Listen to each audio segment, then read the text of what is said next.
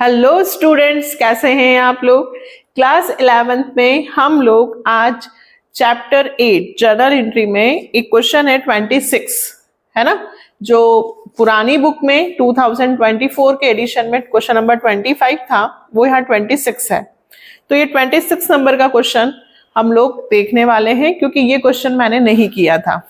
Comment section में था कि मैम 25 नंबर का क्वेश्चन कर दीजिए, तो हम लोग कर रहे हैं 26।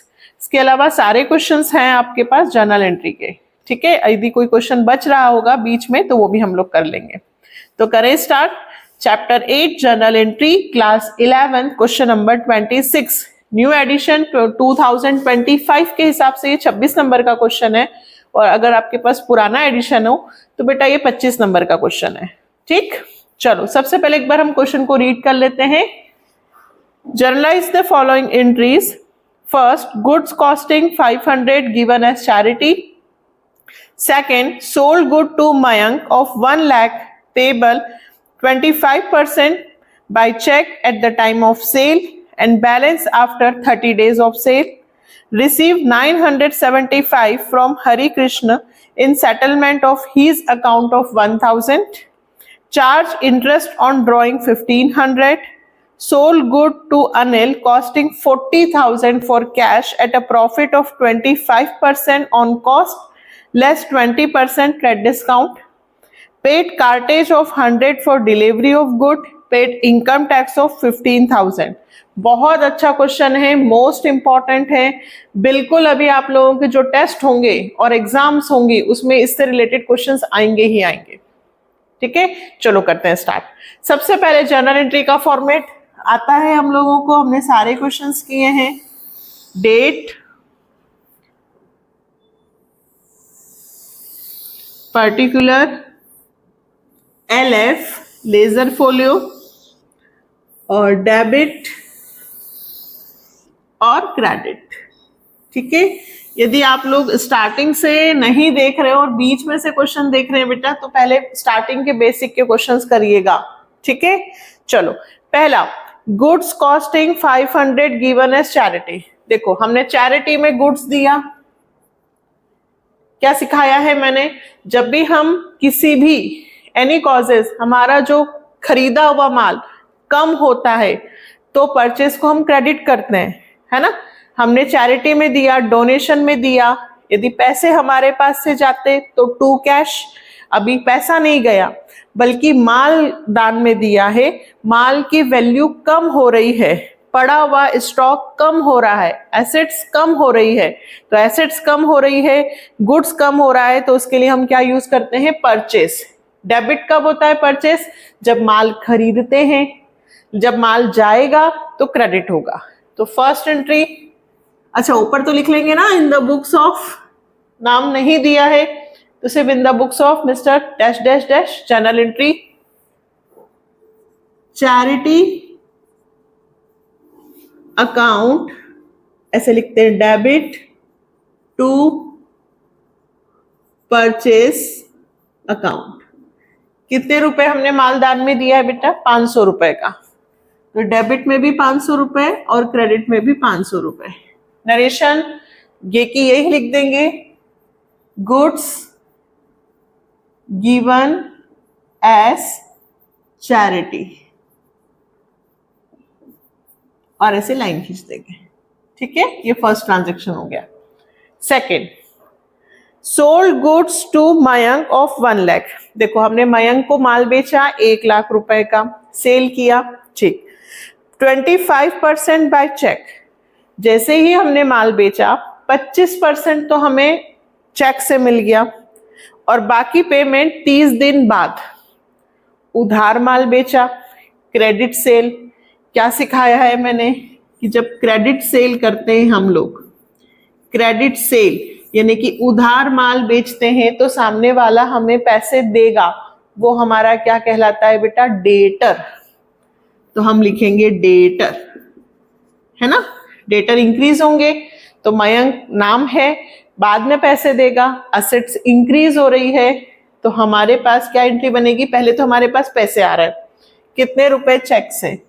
जब भी पैसा आता है तो कैश या बैंक क्या होता है, डेबिट। यदि आपको जर्नल एंट्रीज नहीं आती है तो आप प्लेलिस्ट में स्टार्टिंग से देखना, मैंने एक एक क्वेश्चन समझाया है। आप बेसिक से करोगे आपको सारे क्वेश्चंस आएंगे। हमारे पास पैसे आ रहे हैं, चेक आ रहा है, बैंक अकाउंट डेबिट, कितना, 1 लाख का 25% आता है निकालना, 1 लाख इंटू 25/100, ये हुआ हमारा 25,000। 25,000 रुपए तो हमें अभी मिल रहे हैं और बाकी के 75,000 रुपए 75,000 बाद में मिलेंगे। तो हम मयंक केस में लिखेंगे, पर्सनल है इसलिए apostrophe S, Mayank's account debit 75,000 to sales. Total हमने कितने का माल बेचा, 1 लाख का। ठीक है, नरेशन वही जो आपको यहां लिखी हुई है, सोल्ड गुड्स टू मयंक,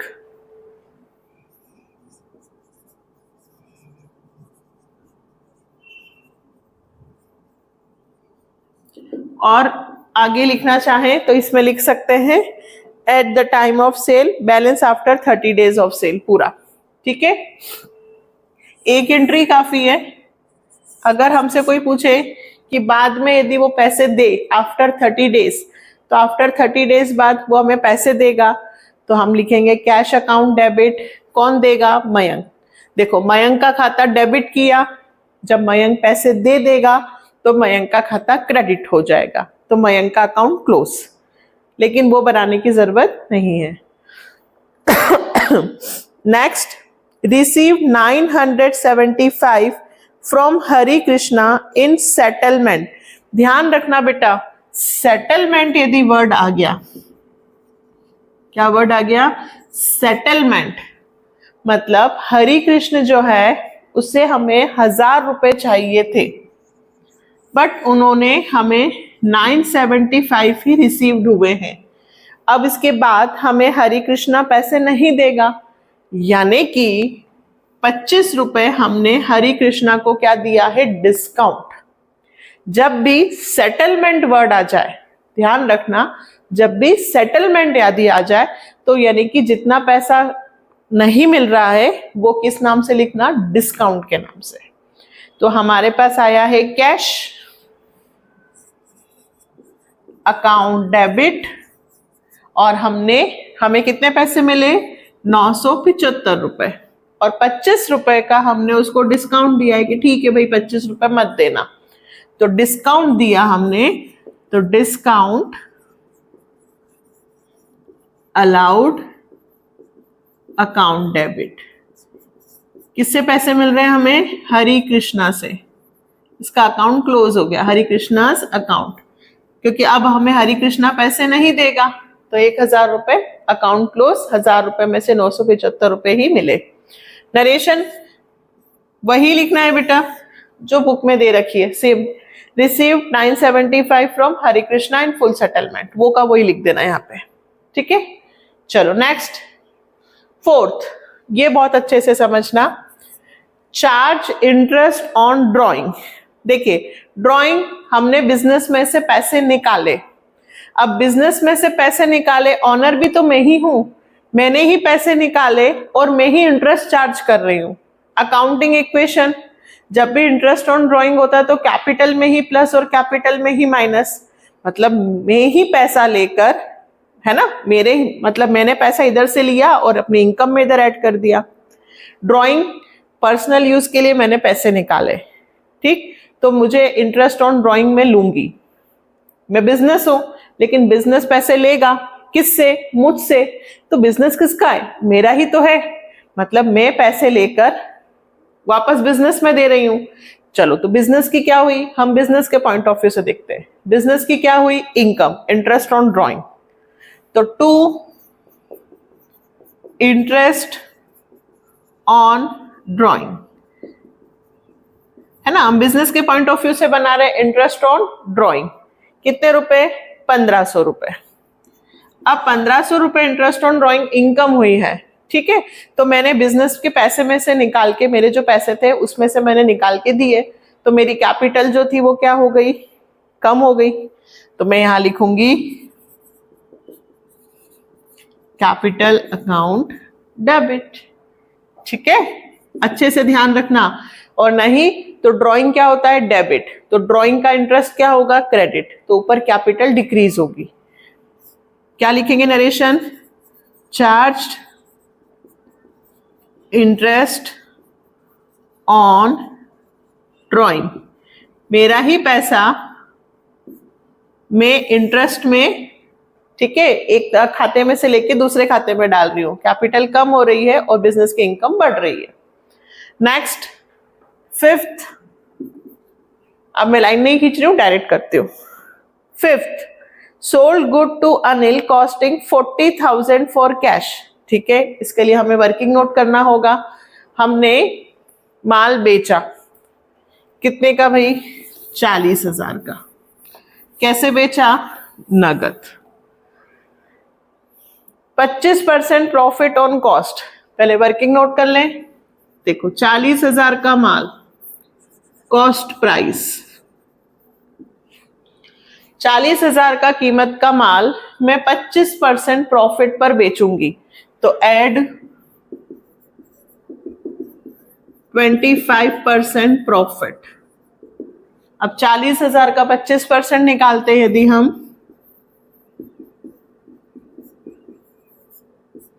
तो ये होता है 10,000, यानी कि टोटल हमारा जो माल है 40 का वो मैं 50 में बेचूंगी, है ना। लेकिन फिर मैंने 20% ट्रेड डिस्काउंट दे दिया वापस से। अच्छा, पहले 25% है, फिर उसके बाद जब माल बाजार में गया तो डिस्काउंट देना पड़ा, तो 50,000 के माल पे मैंने 20%, दो तरह के डिस्काउंट होते थे, एक ट्रेड डिस्काउंट और एक कैश डिस्काउंट। कैश डिस्काउंट को हम शो करते हैं और ट्रेड डिस्काउंट को हम शो नहीं करते, तो फिर लेस 20% ट्रेड डिस्काउंट। ऐसे बहुत सारे क्वेश्चंस मैंने करवाए हैं। पहले प्राइस लिखो, कॉस्ट प्राइस, फिर प्रॉफिट प्लस करो, फिर डिस्काउंट माइनस। तो 50,000 का 20%, वापस से आ गया बेटा 10,000 ही आ गया, यानी कि वापस 40,000, है ना। कोइंसिडेंटली हुआ ऐसा। 40 का माल था, 25% का प्रॉफिट, तो 40,000 का 25% होता है 10,000, यानी कि मैं माल की कीमत 50,000 रुपए के हिसाब से मुझे सेल करना था, पर फिर मुझे डिस्काउंट देना पड़ा 20%, तो वापस से 10,000 का डिस्काउंट हो गया, तो मैंने माल कितने में सेल किया होगा, 40,000 में। नगद बेचा है, कैश डिस्काउंट नहीं है, ट्रेड डिस्काउंट है, ट्रेड डिस्काउंट को शो नहीं करते हैं, डायरेक्ट मैंने कितने रुपए में माल बेचा, वही 40,000 में। Cash account debit to sales, क्या जर्नल एंट्री बनेगी बेटा, cash account debit to sales account 40,000। और नरेशन में हम पूरा लिखेंगे गुड्स सोल्ड, ठीक है, किसे बेचा है, goods sold to Anil, profit of 25% and 20% TD, ऐसे करके लिखेंगे। Next, paid cartage of 100 for delivery of goods. ध्यान से समझना, हमने माल बेचा, गुड्स बेचा, उस पर हमने भाड़ा दिया है, डिलीवरी चार्जेस दिए हैं। जब देते हैं, माल बेचते हैं और उस पे भाड़ा देते हैं, तो उसको बोलते हैं कैरिज आउटवर्ड। क्या बोलते हैं, कैरिज आउटवर्ड, भाड़ा दिया है। तो यहां लिखेंगे carriage outward account debit. Inward कब, जब हम माल खरीद के लाते हैं, है ना। आउटवर्ड कब, जब हम माल बेचते हैं। टू कैश, कैरिज इनवर्ड हो या आउटवर्ड हो, दोनों ही भाड़े होते हैं, दोनों ही माल खरीदने और बेचने वक्त दिए जाते हैं, दोनों में ही पैसे जाते हैं। ऐसा नहीं कि कैरिज इनवर्ड डेबिट क्रेडिट होता है, कैरिज इनवर्ड भी डेबिट होता है, कैरिज आउटवर्ड भी डेबिट होता है। टू कैश, ठीक है, अभी हमने माल बेचा है तो हमने पैसे दिए हैं, तो आउटवर्ड कितने रुपए दिए हैं, 100। कैरिज इनवर्ड परचेज से रिलेटेड खर्चा होता है, कैरिज आउटवर्ड सेल से रिलेटेड खर्चा होता है। पुराने वीडियोस में अच्छे से मैंने आपको समझाया है। कैरेज या कार्टेज पेड, नरेशन आपको पता है जो क्वेश्चन में लिखा होता है वो का वही लिखना होता है। Cartage paid for delivery of goods. Last, paid income tax of 15,000, बहुत बार आता है ये। पेड इनकम टैक्स, देखो इनकम टैक्स जो हमारे इनकम पर लगता है ये पर्सनल टैक्स होता है, और पर्सनल टैक्स के लिए हम लोग ड्रॉइंग वर्ड यूज करेंगे। कभी भी इनकम टैक्स टू कैश मत कर देना। जब भी इनकम टैक्स पे करो तो इनकम टैक्स की जगह लिखना ड्रॉइंग। क्या लिखना बेटा? ड्रॉइंग।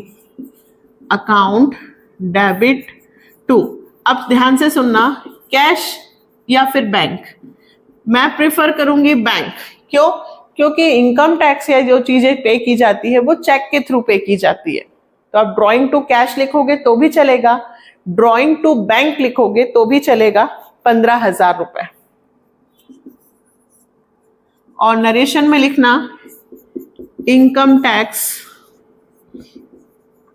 पेड। ठीक है, हो गए सारे ट्रांजैक्शन। सबसे इंपॉर्टेंट इनकम टैक्स वाला ध्यान रखना, बिल्कुल एग्जाम में पूछा जाता है। कैरेज आउटवर्ड को ध्यान में रखना, और एक ये वाला ट्रांजैक्शन, और ये तो मोस्ट इंपॉर्टेंट है। ये 4 को मैं स्टार बना रही हूं, 1 2, एक ये 3 और एक ये 4। ये वाला भी, वैसे तो ये क्वेश्चन बहुत इंपॉर्टेंट है और पूरे चैप्टर में मैंने बता रखे हैं कि कौन कौन से क्वेश्चन इंपॉर्टेंट है, उनको बिल्कुल मत छोड़ना। ठीक है, तो ये न्यू एडिशन के हिसाब से क्वेश्चन नंबर 26 हुआ और पुराने एडिशन के हिसाब से 25 हुआ। इसके अलावा पूरे डीएस ग्रवाल के सारे कुछ चैप्टर्स आपके पास हैं। पीआरएस रेक्टिफिकेशन में कुछ क्वेश्चंस नहीं हैं तो वो मैं लेकर आऊंगी। इसके अलावा जो भी चैप्टर में जो भी क्वेश्चन नहीं समझ में आ रहा है, फिर से आप चाहते हो कि उसको मैं रिपीट करूं, तो कमेंट सेक्शन में लिख देना, मैं आपकी प्रॉब्लम बिल्कुल सॉल्व करने की कोशिश करूंगी। और यदि नए स्टूडेंट्स हैं जो पहली बार मुझे देख रहे हैं, तो बेटा 11th हमारा पास पूरा कोर्स है अकाउंट्स का। इवन मैं इकोनॉमिक्स और बिजनेस भी पढ़ाती हूँ। आप प्लेलिस्ट में चेक करना। यदि आपको लगता है कि मुझसे पढ़ना हो तो चैनल को सब्सक्राइब करना। ठीक है, मिलते हैं नेक्स्ट वीडियो में। Bye, take care.